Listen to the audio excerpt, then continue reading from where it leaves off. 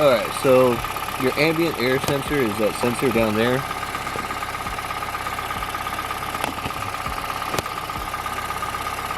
And you just need a flathead or a pick to release the tab in the back there. And then it's just a normal plug, just push down and pull. To get to it, you just got to remove the grill, which is just held on by these tabs. They go along right here. There's like 6 of them or something like that. My car doesn't have one, so just figured it out. It's pretty simple. Take off the plastic trim, slide it out from right there, and then unscrew this T30 right here that supports the grill.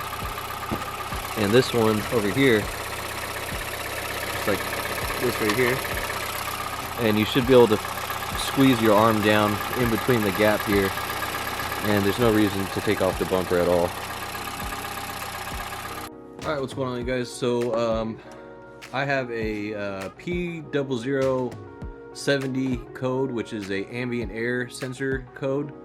And I'm going to be showing you guys how to diagnose to make sure that your sensor is working. Then you can kind of decide whether or not you want to pursue it into the wiring harness or something like that. So you got your sensor here. You got your diodes for your multimeter. I got mine set over here like this with the omega sign. And what you're gonna need to do is connect. It doesn't matter which side you connect to. You just connect your 2 prongs to the inside there, and you can see we have a reading of 3.12 on there. If you have no reading, that means that it's a bad sensor. And to test to see if this is a functional sensor or not, you just need to apply some heat. So I got this heat gun here. We're gonna get it nice and hot.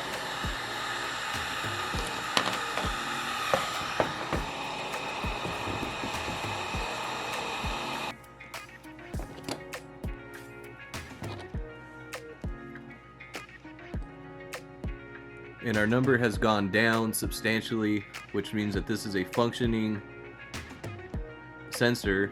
We can actually probably just sit here. So the sensor works apparently, and I guess that means that I have to figure out why I'm getting the check engine light for the sensor when it works. But that's how you can test it. So don't forget to like, comment, subscribe. Appreciate it. Thanks. Peace out. I just reinstalled it, and I haven't ever checked it to see if it worked because I didn't really know what it did. But it's really just for temperature in the display, and it relays the information to your climate control. And it, I guess, maybe has something to do with like how the AC and the heater work. Mostly the AC from what I read, I guess.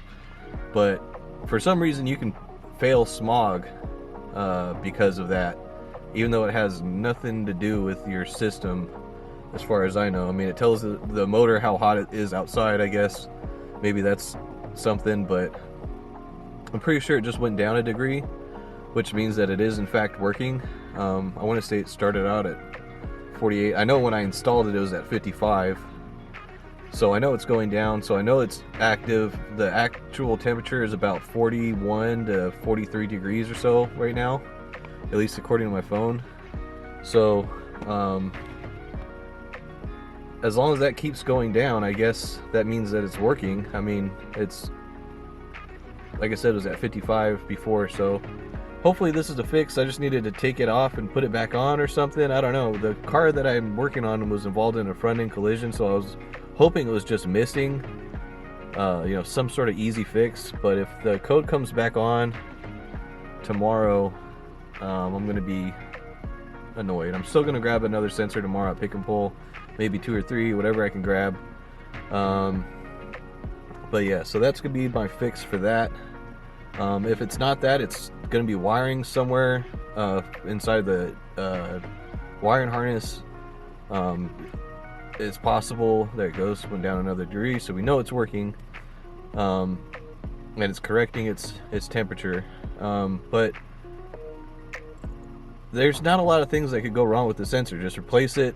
You can test it. Put out the video before this one on how to test it. Yeah, I just don't know. I'm hoping that tomorrow I can grab what I need to grab for this car and we can pass smog tomorrow. I'll catch you guys in the next one. Peace out.